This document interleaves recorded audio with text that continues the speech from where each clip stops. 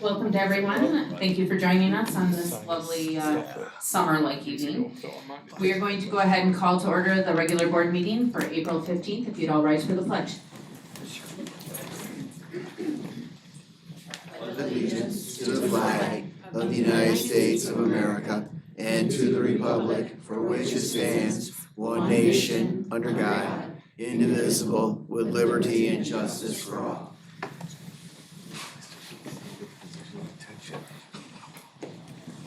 Thank you. Could we please have roll call? Barbara Garcia here, Brando, Here. Isich, Morris, Here. Nichols. Here. Sadoo. Here. White. Here, thank you. Katie apologizes to everyone. She has a child with pneumonia, so she is at home and we're hoping she gets better quickly, so. To everyone that's here, if you are here for public comment, we do ask that you fill out one of these cards. There is information on the back pertaining to public comment. We do ask that you address the board as a whole. You would have 3 minutes to address the board on the topic that you wish to speak on. Please have those cards filled out and turn them in the back corner of the room and they will get those to us so that we're all set when we come to that section. We are going to move to 4 consent agenda. We have the March 18th, 2024 regular meeting minutes, the April 10, 2024 Committee of the Whole meeting minutes. We have April 2024 personnel report, March 2024 payables. I move that the Board of Education approve the consent agenda as presented. Second, please. Second. Thank you. Are there any questions, amendments? One from me. Yes. On the committee as a whole, attendance, it shows me as absent. Oh. I was clearly there, I witnessed. Yeah, that was updated. That was updated, Oh, okay. a short, not that long ago, earlier this afternoon, so thank you to Jennifer who caught that, so. Thanks, Jennifer. Yeah, so that was, updated and sent around. I don't know if we need to officially amend at that point because I withdraw. it has not been. No, that's fine. That's the way it's written. Got it. All right, can we please have roll call? Barbara Garcia, yes. Brando, Yes. Morris, Yes. Nichols. Yes. Sadoo, Yes. White. Yes, motion carries. We will now move to 5, which is superintendent report, 5A, food service RFP process. Mr. Grace.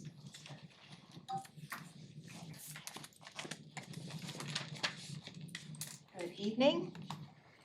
Can you hear me? Yep. Just push it up a little more. Okay, so we are going to be entering into and sending out an RFP for our food service operations. This is strictly has guidance from the state on how this happens, and so it is that time that we need to submit an official RFP. So with that, it's for 24-25. Then after that, we can renew up to 4 years with a renewal process and then go for a rebid. So we're looking to rebid. That will go on the streets here soon. Just want to keep the board up to date, and that will be coming to the board in June for a vote, and I'll keep you apprised of the process. Thank you. Are there any questions? All right, we're all set. Thank you. We're gonna move to 5B, which is strategic plan revision. Mr. Wheeldreyer? Yeah, a couple of other items here, next in, I guess, the section here. So first of all, strategic plan revision, nothing major to mention to you other than just a heads up that we are nearing the end of the last 5-year strategic plan.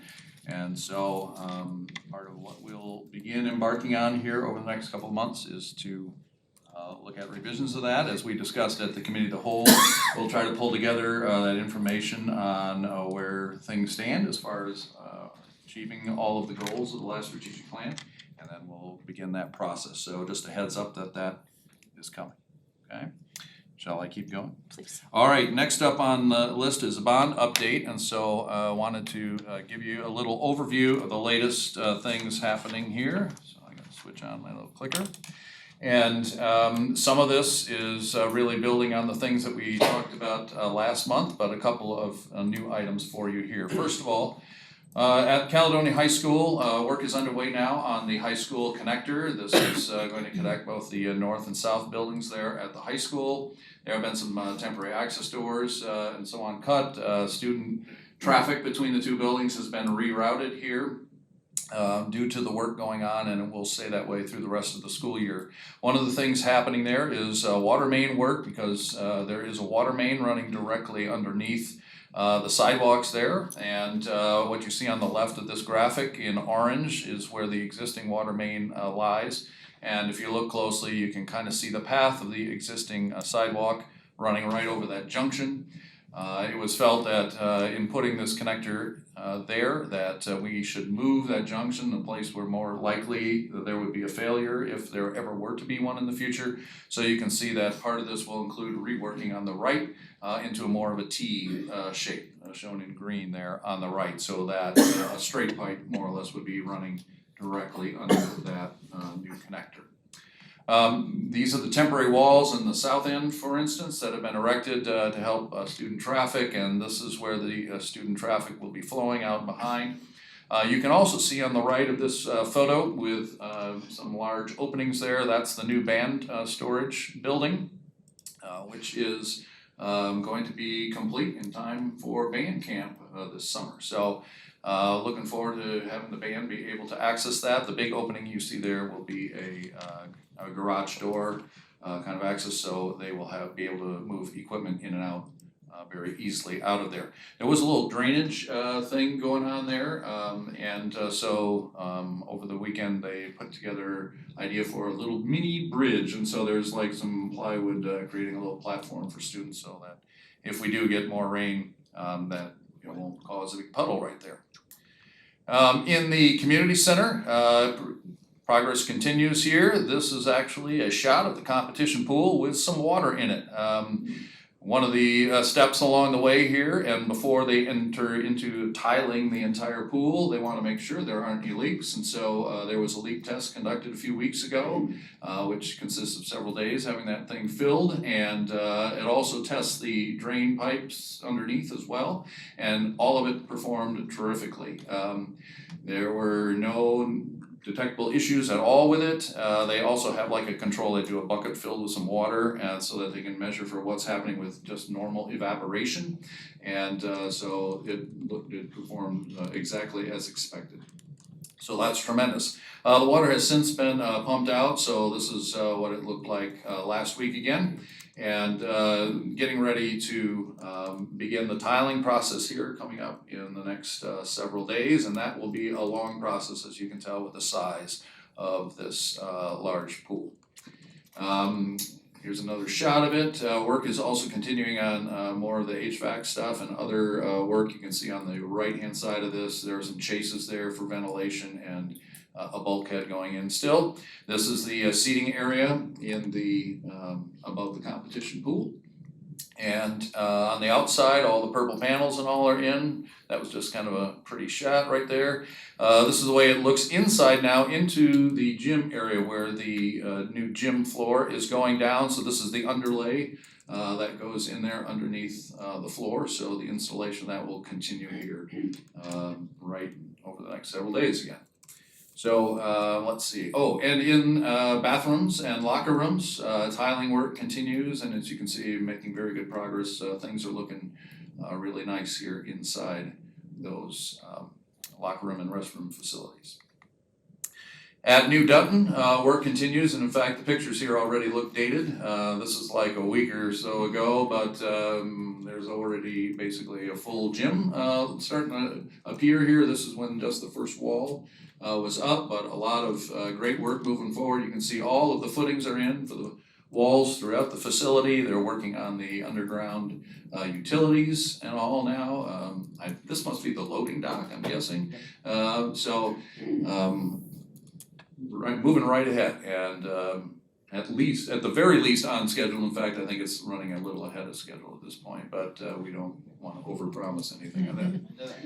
At the stadium, we've continued to have discussions about stadium work, and so we are looking forward to making some updates and improvements here to a facility that basically hasn't been touched very much since 1997 until the installation of the turf field over this past summer. So as I believe we discussed last month, we are looking at adding at the south building a new concession facility that would greatly enhance our ability to serve folks at the concession stand. One of the big, huge issues here is that due to changes in state code from when the facility was built, there is a requirement for a huge number of additional toilets, almost tripling the size of our toilet facilities here without us increasing our capacity of the stadium. So that's just fascinating to see what's happened there. We are trying to confirm with the state, and there's been a number of back and forths to say, do we really need 98 fixtures in the stadium? And so work continues on that, and we will certainly reduce this if we can, because it's a little bigger than we really feel like we will need on your typical Friday night. There will be a new team store area and storage attached to that. One of the other things we've been trying to do on the parking lot is to provide for some additional safety for people, because we know a lot of folks walk from across the street at the ECC or at Cal-El or even at the Duncan parking lot. And so what it's a little hard to see here, we're discussing right now shifting just a little bit into the existing parking lot and creating an 8-foot wide path there along what would be the west edge of the parking lot. So to create an area where people can walk without walking through the middle of the parking lot. If you saw on those other conceptual drawings, the entry would be a little bit offset, and so you can see in this one way on the left that pathway would feed directly into that new entryway. So work continues to progress here. Also on the north end, one of the discussion points was trying to get 2 long jump and pole vault areas available for if we not only for hosting events, but also just for practice, to create a little more opportunity for all the different athletes we have out here practicing. And so this is the latest conceptual on that. We've gone back and forth and appreciate the track coach's input here and trying to brainstorm how we can do this. And so this is the latest drawing where we would actually have sort of a dual approach, would save a lot of space. Pole vault could be reversed in the middle depending on the wind direction, and then the long jump we could go either way. So one option would be to, in essence, start at the top for pole vault, so work down to the middle for pole vault, and then start from pole vault all the way to the bottom for long jump. Or if the wind is coming the other way, you just simply turn that around and go the other direction. So we're continuing to do things here. These are conceptual designs, but as we talked about at the committee meeting, we do want to give the architects, this is the range that we're looking at, and so that's where we stand at this point in time. This would be the north building team room, so similar size to what was at the south end as well. Both of these have divisible team room areas so that they can be made into 4 smaller team rooms, or when you have like a varsity football team with dozens of players, they can have a big garage door opening in the middle, and so it can be a bigger space too. So it's got flexibility built in. Other updates for you on other things in the bond. Upcoming projects that are on the immediate horizon. The high school music equipment is an item on the agenda for this evening for a vote. We also have the Emmons Playground installation coming up here. Emmons Lake paging system will be an item this summer, and we will also be moving forward with furniture for Emmons Lake coming up here. Caledonia Elementary drawings are nearly complete for the renovations over there, which will involve flooring, ceilings, lighting, and painting throughout the building. Kettle Lake will also be coming up here, getting playground and furnishings. We do not have that approved yet by the board, and so the playground design will be underway here very soon. And then there will be building and site signs installed throughout the site here coming up over the next couple of months. So next month, we are anticipating Plant Moran will be here to provide a more full update at our committee of the whole meeting. And so I look forward to sharing that with you, and there is obviously much more yet to come, many more projects still on the horizon. But that's the latest update for now. So are there any questions on any of that? Yes, please. Less of a question and more just wanna make sure that we called attention to the changes in the north concession or to the north building where there won't be concessions, but a much larger concession at the south. Exactly. We, just from even a staffing and a ease of stocking and so on, just to consolidate all of those things into one area was thought to be the best approach. One of the ideas there too was we had originally embarked upon this trying to keep the north building within the same footprint, and in order to create team rooms that would have the size that we needed to like absorb that center archway pass through, and so that's where it all began, but that is part of it. Yes, and I didn't mention it, but there would be an officials room and a training room in the north building as well, which do not exist today. So those are in essence in that area where the concessions currently is. Thank you, good question on that, or point. Tim? Yeah, I just also wanna mention that it'll be a big difference with the concession stand with 8 windows. Yeah. And we have 2 at one end, 2 at the other end, so we definitely have capacity and it's gonna be a nice looking piece for us to show and better serve our guests and our fans. Yeah. I had a question, we seen the tile in February in the bathrooms in the Yeah. community center. Do we have any way of learning what the tile looks like in the pool area? Where? In the pool area, Matt would be a better, we're gonna be doing a walkthrough Yes. on Wednesday into There is a conceptual drawing, and I will find that. It's from pretty early. Right, thank you. well, we're doing a walkthrough with the contractors on Wednesday too, so. Right, well, maybe You can then we raise could that have a question. tile sample for us to view. Mhm. Thank you. Additional questions? Alright, All right, then I have a few other items too to just bring to your attention here. One of them that we discussed on last Wednesday night was that our next committee, the whole meeting, there is a conflict on that date with the senior honors night. So that was originally scheduled for May 15th. We had at the committee meeting talked about moving that one day earlier to Tuesday, May 14th. And just wanted to confirm with everyone that nothing had appeared on your calendars that would provide a conflict with that, and Jennifer's checking. So, and that would be at 5:30 on Tuesday, May 14th. So, we will go ahead and, 5:30 on the 14th, so we will put the wheels in motion to schedule that unless we hear something different, okay? Make sure that you also make plans this weekend. Seussical Junior will be underway with our middle school theater kids at the PAC, so that's happening this weekend, 3 shows. Also, Calplex is getting Little League activities underway this weekend, and I don't know why, but they've asked me to come out and throw the first pitch on Saturday, and I tried saying I'm a basketball player.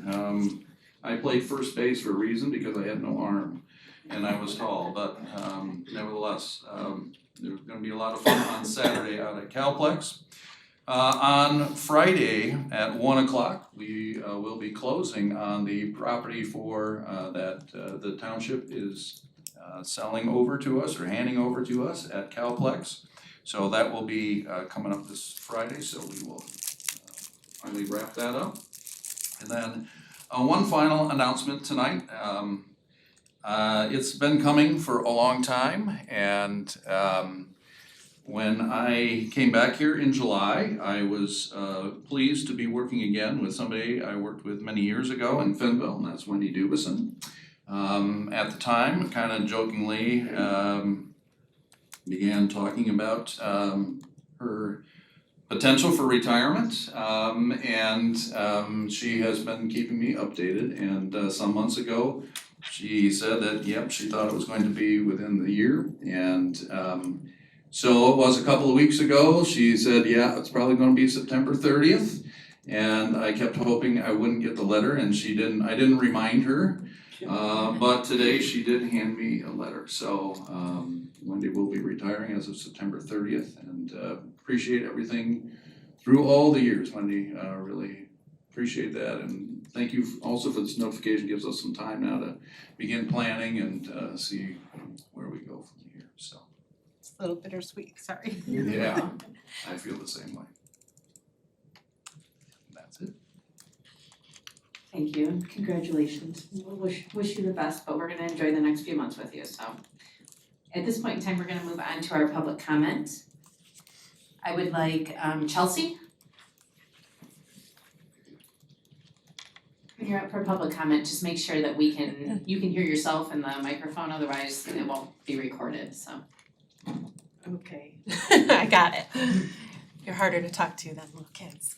For those of you who don't know me, my name is Chelsea Little. I teach first grade at Paris Ridge. I'm a Caledonia graduate, and most importantly, I'm a parent of two young five and almost five, 5-year-old and a 7-year-old. As someone who loves this community and has lived here most of my life, I'm here to tell you we have some work to do when it comes to educating our children. I'm glad that you hear each month from our union the good things that are happening, because there are many good things, but I think you need to hear the opportunities we have for improvement as well. I only have time to focus on one, our current biggest struggle in my opinion, but always come find me, come in my classroom. I'm available anytime to work with you. Our staff has been trained in capturing kids' hearts over the past year or two, and we've been focused on building relationships with our kids, and we're trying our best. However, your teachers are exhausted. Think about your personal relationships. Do you have 26? Are you gonna get 26 next year and the year after that? How emotionally sustainable would that be for you? Have you ever attempted to build relationships with 26 kindergartners at once? Don't forget you're supposed to teach them too. Class sizes in Caledonia are a problem, especially in our lower elementary classes, where if they fall behind there, they'll be behind forever. Now, I've done my research. I know that moving teachers around and stuffing kids into classrooms helps your projected budget deficit. However, I also know that enrollment is not what expected. I've been told to recruit and encourage incoming kindergartners and school of choice students to come to Caledonia. But their first question is, what are class sizes? 26? No thanks. After Kindergarten Connect, an event that was supposed to highlight our schools, you had families looking elsewhere based on class sizes alone. I also know effectiveness of class size does not directly relate to student academic success. However, those findings were made and created over 5 years ago. 8 years ago, I had 26 students in my class. It was manageable. The needs of the 26 we have in our classrooms today are extremely different. Of my 26, I have 10 students with an IEP. 6 others are pulled out of my room almost daily for academic and social emotional needs.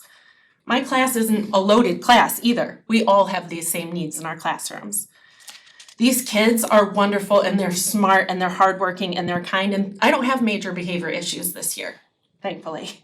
My students are amazing, but it's a lot of work. A lot of time and energy goes into building those relationships. When it comes to building relationships with our kids, I think of my own son, my 7-year-old.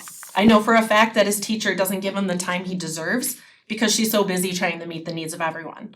I know for a fact she's not once been able to read with him at school, has not heard a single story from his writing journal, and has yet to work with a math program with him, solve any problems. Unfortunately, he's not the only one in his class. I know this because I'm his teacher. Think about how you would feel if you were not able to capture your own son's heart in your classroom. Thank you. Thank you. Don?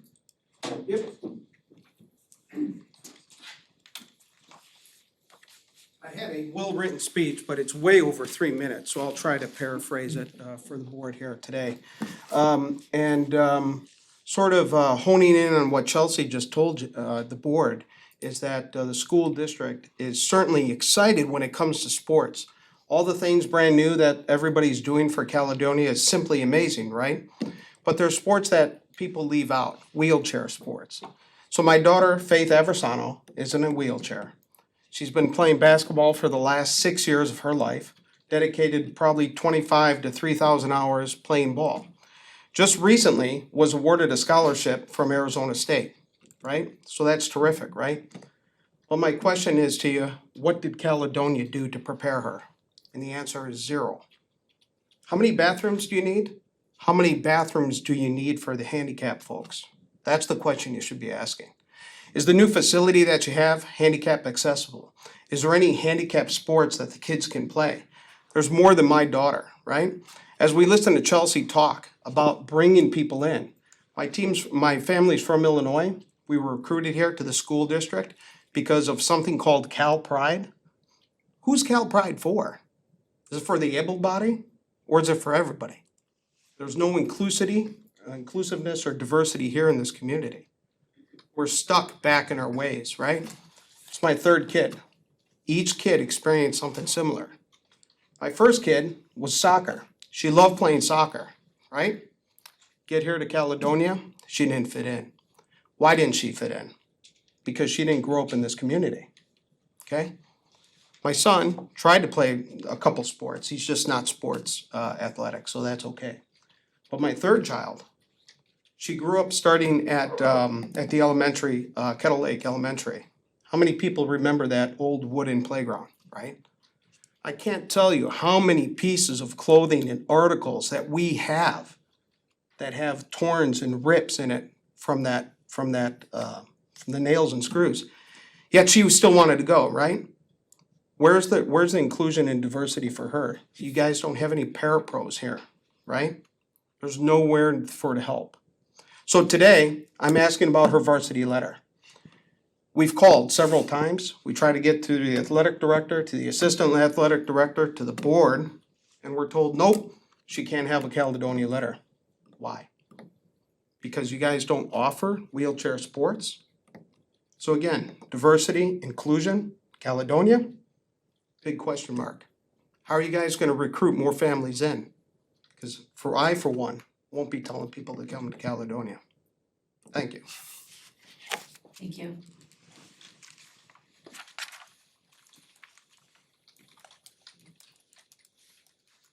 We're gonna move on now to our action items, 7A, computer replacement purchase.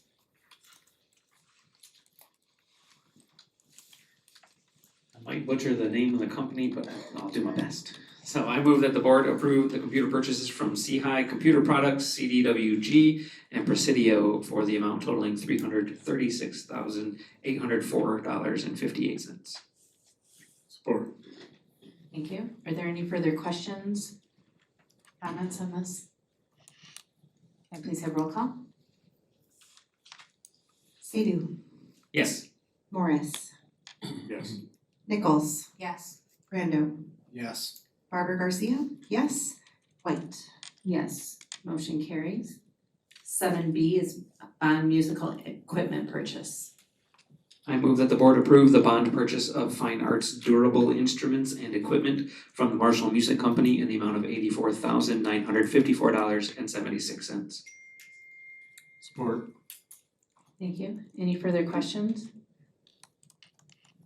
This is certainly exciting to see. I think we're all excited to see this. This has been a long time coming, so can we please have roll call? Brando, Yes. Nichols, Yes.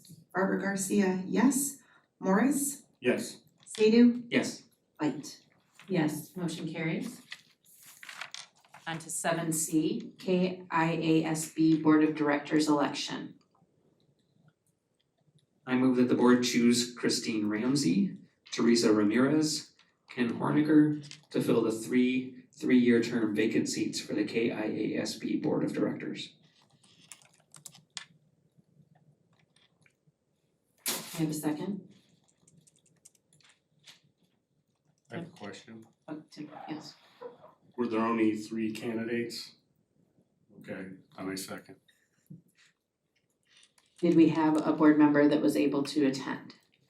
Actually, I have a question. Sure. Just as a matter of record keeping, we knew that Ken Horniger would be named. He had submitted his name early and he has lots of experience on the board, so I was able to look up information about him and his experience. I do feel comfortable with that. The other 2 just being added earlier today, I don't know that any of us have had any chance to look them up or know anything about them. So if anyone on the board does know about their experience or qualifications, I would be interested in hearing opinions on those candidates. Go ahead, Tim. I'm sorry, I think part of the problem here is our timing that we have to approve this tonight. And unfortunately, the Kent Intermediate School District isn't able to get their act together enough to provide us names in a timely manner, at least that's how I feel and see it. So, It does seem to be a routine problem, but I mean, as far as the timing of it, whether it's based on our meetings or based on the way that they do it. Certainly that seems like that could be a discussion, whether they could ask for those to be submitted earlier in the future. I don't know if there's a reason why that they couldn't be out a month previous to, I mean, I mean, we it have is to, what it we have to is. submit the vote on the 25th, right? So I mean, it's 10 whole days. Yeah, no, I know, but I mean, every year it, depending on, when your school board has their meetings, certainly we're not the only board that's running into a problem with timing and the way that they come out, and certainly it would be nice if they would look to move up maybe their date for, is there a reason why they can't? Do you have any insight for us? I have no insight on that. It also seems like this should be something we have a little earlier information on. I mean, it seems a little crazy. that In we fact, can't- originally, the deadline was supposed to be this coming Friday Right, for a meeting that would happen the following Thursday, that they're asking each board to agree. So this is for the Board of Directors of the School Board Association. So this is not for the Kent ISD School Board itself. This is for the representatives of the various different school boards. I know that Ms. Ramsey is from Rockford, and she, I believe, serves as the secretary there at Rockford. Ms. Ramirez is from Northview, but that's as much as I can add. So I guess I would just ask that we consider amending the motion to voting only for Ken, because he's the one that we've had the time to research as a candidate. And obviously with only 3 seats and 3 candidates, it's likely that they'll all get voted in. But just as a matter of being a responsible voter, I would feel more comfortable with only voting for the candidate that I've had an opportunity to research. anyone else? So was that an official motion to amend? Yes, it is. So then, I accept the amendment. so that's a second? Mhm. Okay. All right, so then we need to So- discuss the amendment and vote on that first, and then we'll return to the motion as a whole. Yes. Any other thoughts on that? Anybody wants to share any questions, comments? So can I have somebody redo the motion as it would be Well, then? we need to vote on that amendment, so I believe if I understand the Is it- amendment, it Do you want it is rewritten though?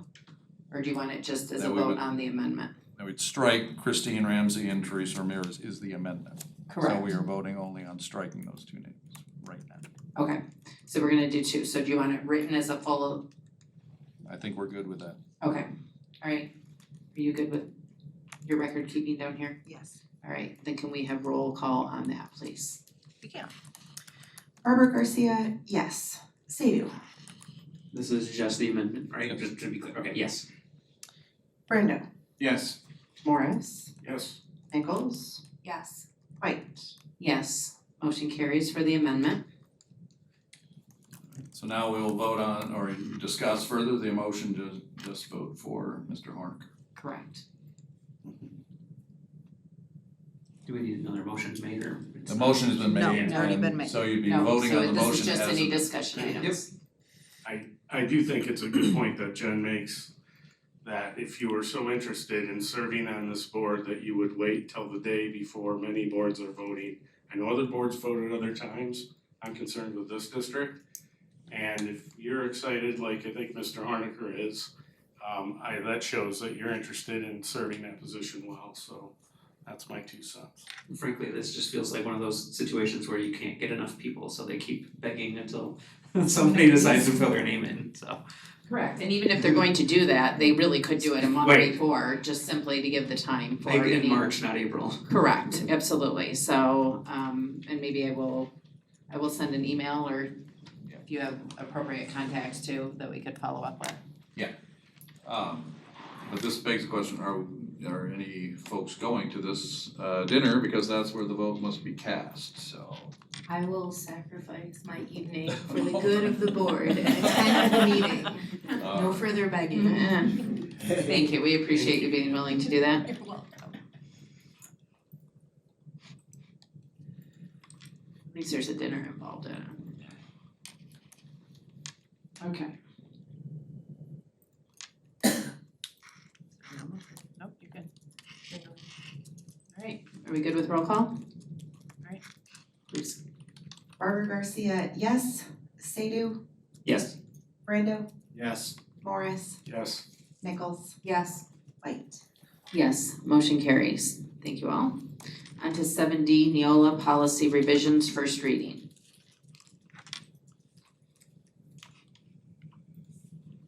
I move that the board conduct a first reading of the following board policies. 1240, rescind, 2410, 2414, 2418, 3220, 6320, 6321, 6325, 6350, 6520, and 8800. Hey, I request a carve out of 2410, please. The vote. This is just the first reading, right? We wouldn't adopt them. This is just a, right? Correct. Okay. Correct, there's no adoption here, so they can go through as is and then one can be removed from final voting. So the, Continue on, I'll wait till. yeah, the proper way here, a motion has been made, so we should either have a second, or if the person making the motion would wish to change it, they can do that, but at this point, that's the motion on the floor, so we need a I second. guess I just wanted to clarify that, by the first reading, right, we're just now considering these as things that we want to adopt for a second reading, right? That would come back again next week. Correct. Okay. So changes can still occur. Yeah. Or discussion can be had after that. So did I have a second on it? I'll second it. Okay, thank you. All right, discussion?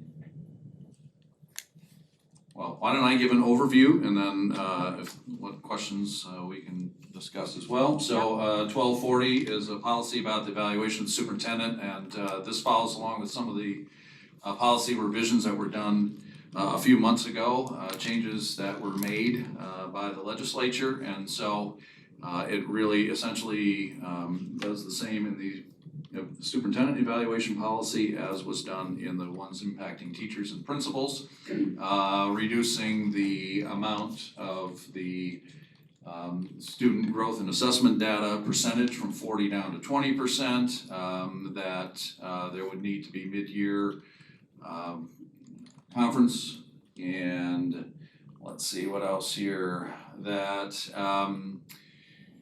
there would need to be they changed the categories because that changed as well, striking the highly effective category, and so that update is made here, and so on. So a number of those things, as we discussed a couple of months ago, just updated for the superintendent policy. Policy 2410 being rescinded. This is a policy that is currently on our books prohibiting referral or assistance toward getting an abortion. This was a state law that was in place, and the legislature eliminated that law in the most recent session. And so because there is no longer a law on the books, that is why Neola brought this policy change forward, because there is no longer the basis in law for it. In policy 2414, there are some technical updates in here, but again, essentially there was a line in here that had to do with that prohibition of abortion, and again, because that law changed, there was a striking of that. In 2418, again, similarly, this policy has to do with sex education, and again, in there was a line prohibiting school employees from referring students for abortions. And that also, due to the change in law, Neola has also included.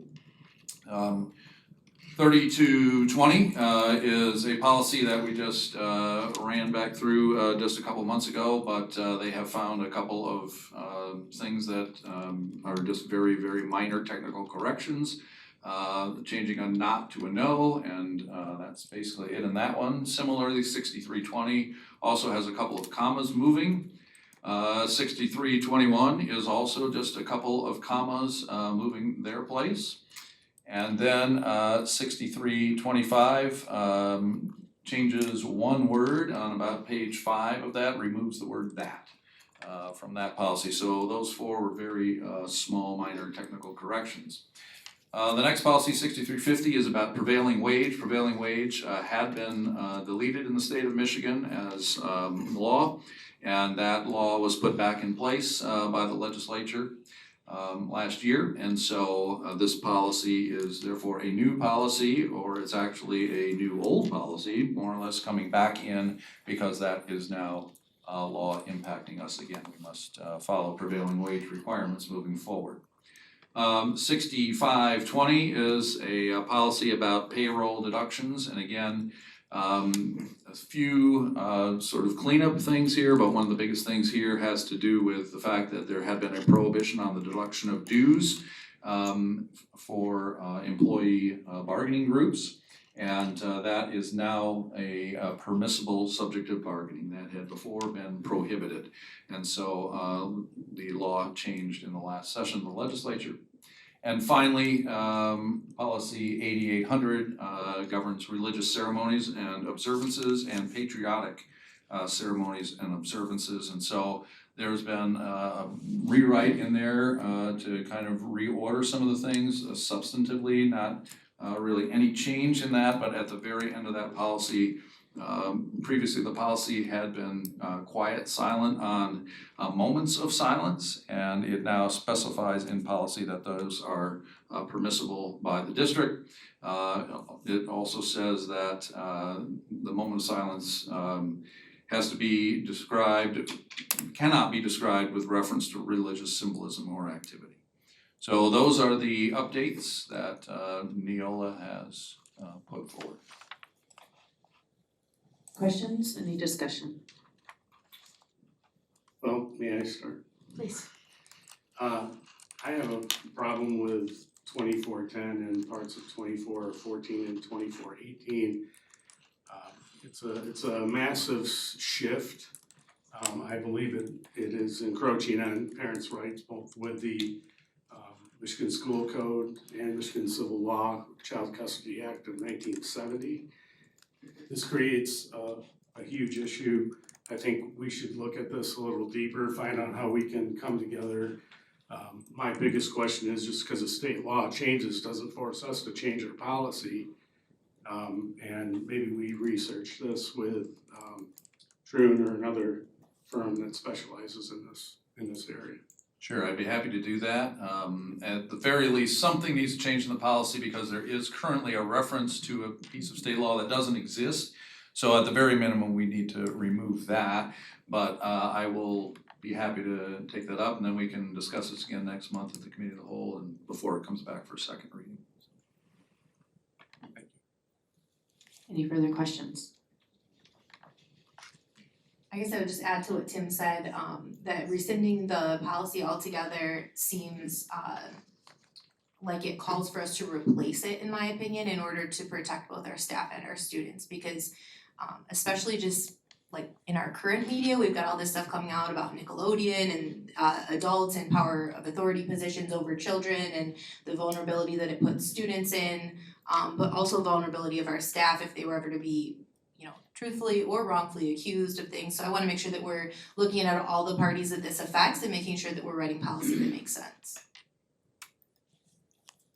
So I do just want to call attention to the policy was adopted in 2018.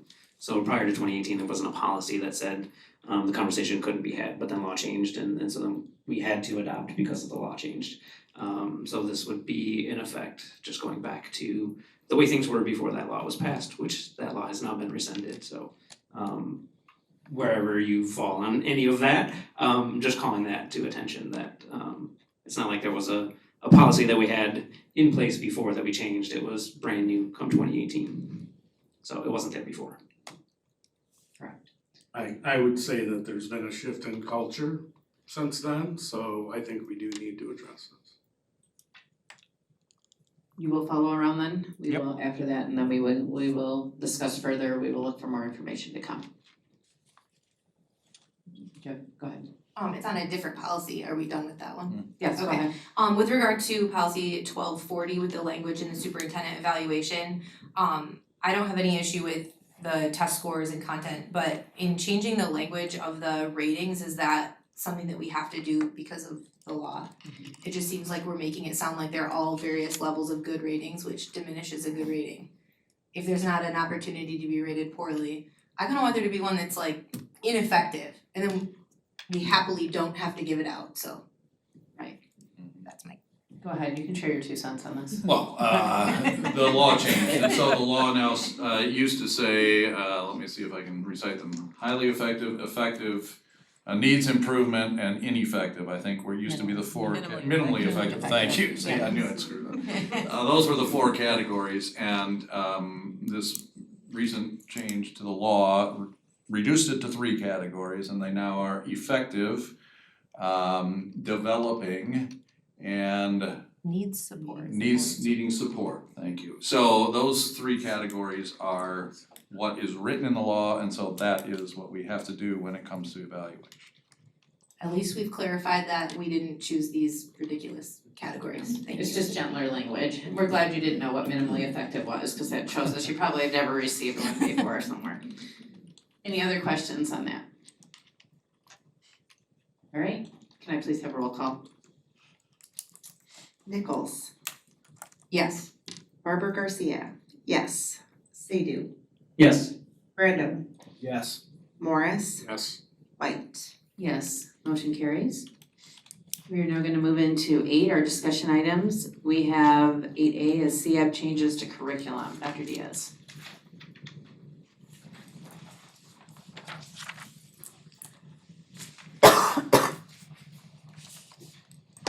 Good evening, Board of Education. The CEB stands for the Sex Ed Advisory Board. I've had somebody ask if it had anything to do with the armed forces and seafaring things, but no, it does not. And every district under the revised school code is required to have a CEB committee to review any types of curriculum adoption or changes that occur to our reproductive health education program within the district.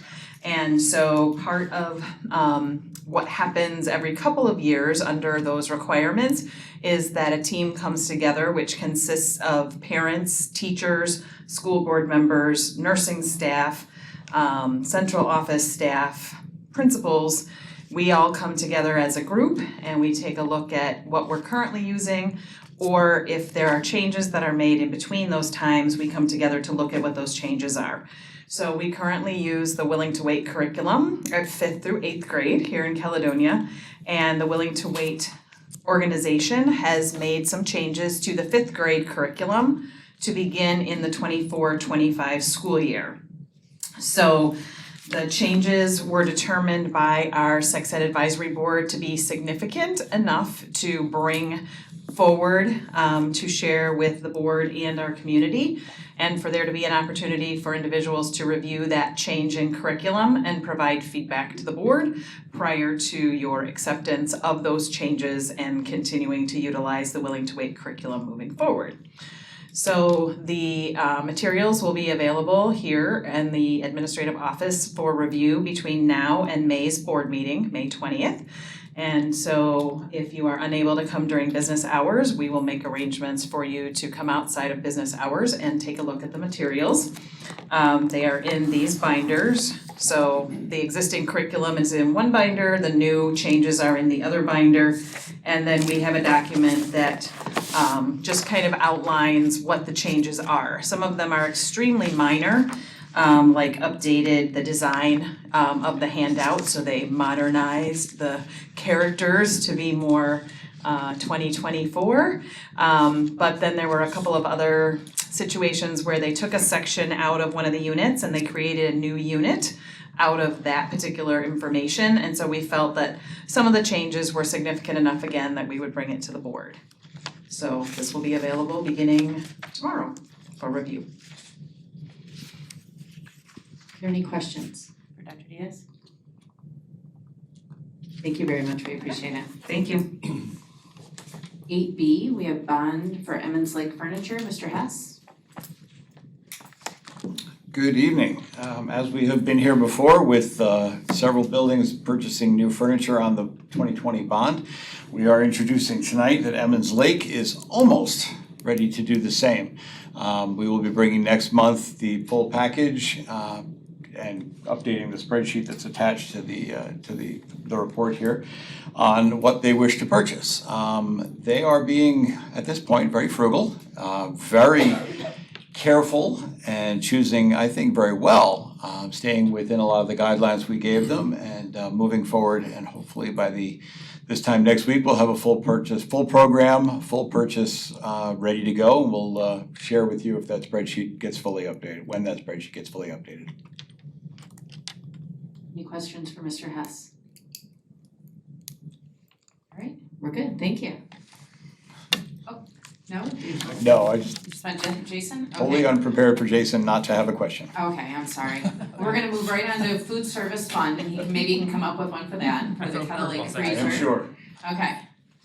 Which one of you? Both of you? She's gonna come up and join me this evening. Okay. If she says anything or not, we'll find out. All good, but both of us are actually bringing this program to us.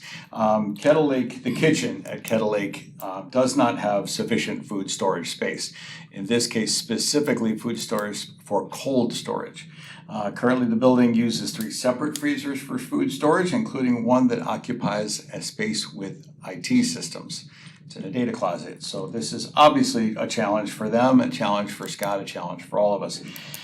The existing cooler space is actually costing us a fair amount of increased food service costs in extra deliveries every week, multiple times where we take deliveries there where we could be storing food for upwards of 2 weeks, as we do in many of our other buildings. At Kettle Lake, we can store cold food for a few days at most, just because of the insufficiency. The district food service provider Aramark, working with the finance department, has proposed the addition of a walk-in cooler freezer and dry storage externally at Kettle Lake. Again, it's not something we can build internally because we just don't have the room for it. The IT closet needs to be an IT closet, and storage space is at a premium everywhere. So we have proposed bringing in an external unit to add into the space where the generator is, where the entrance is to the boiler room, and where the back entrance to the kitchen is located. An engineering design for the unit was solicited from and proposed by Merchandise Equipment and Supply of Grand Rapids. We've reviewed that placement. Finance has reviewed the whole package. Aramark and our food service department have gone over this for the fine-tooth comb, looking at every possible way to maximize this space and maximize this addition to the building, and I think they've come up with an excellent plan. So we're gonna be bringing that in its final form to the next board meeting. I would only add that this is being paid for directly using food service capital expense money that they have in our savings. This is outside of the general fund budget.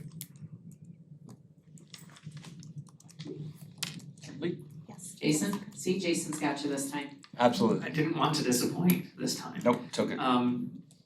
Do we know when we'll hear back from the state as far as whether they approve this plan to be used as from the food service funds? And is there any possibility that they might cover some but not all of the cost of this? So we are still awaiting approval, so it's part of our excess fund balance plan. They haven't given guidance either how long that response might take. So we're still in waiting mode for that, and we will need that before we can move forward as well. So not only do we need a board vote, we also need MDE's approval. It is included in their pre-approved type of expenditures for coolers, freezers, etc. However, this is a unique a unique thing, being an outside type unit.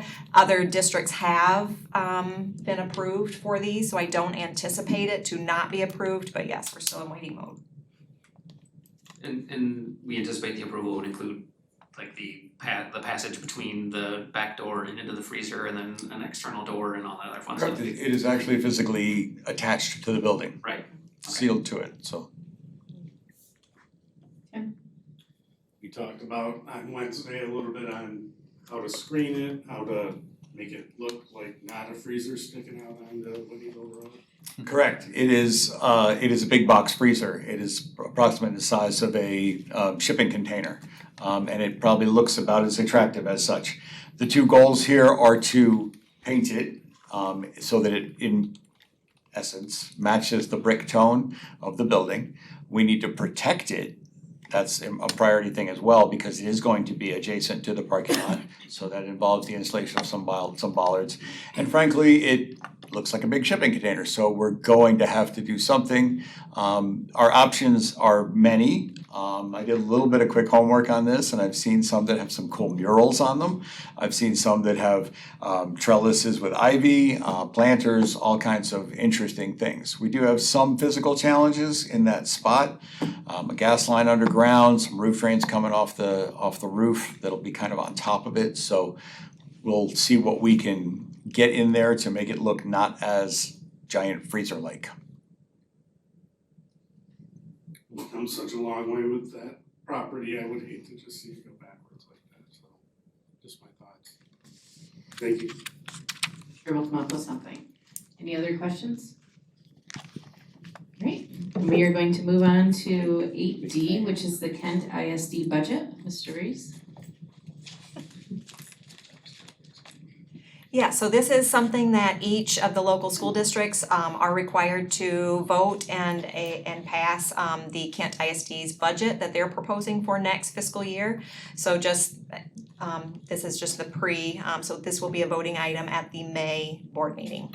And when that actual budget gets into my hands, I'll make sure that I share that. I'm hoping that it will be here to us before the committee of the whole, that we can discuss it there. Worst case, it will be discussed at our May regular meeting. Any questions?